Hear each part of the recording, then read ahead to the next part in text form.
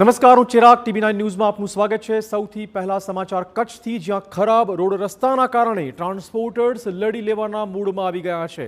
કચ્છના ટ્રાન્સપોર્ટર્સે નો રોડ નો ટોલની લડત છેડી છે।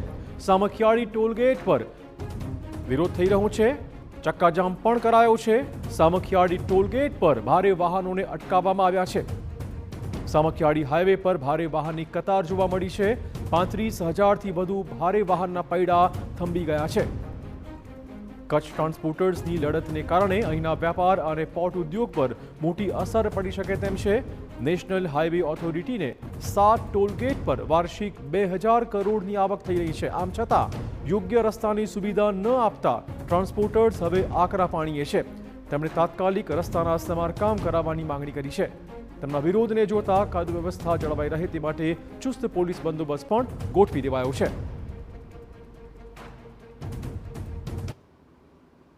હજારો કરોડો રૂપિયાની ઇન્કમ છે, પણ એ ખાલી અમને ટોલ ઉઘરાવા સુધી જ મતલબ છે।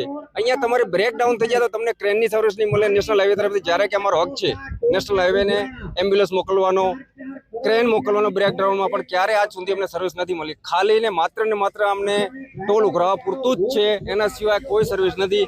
આજથી પહેલા અમે NHIએ અધિકારીઓથી મળ્યા હતા। 12 મહિનાથી આ મુહિમ હાલે છે, કોઈ અમને સુનવાઈ નથી।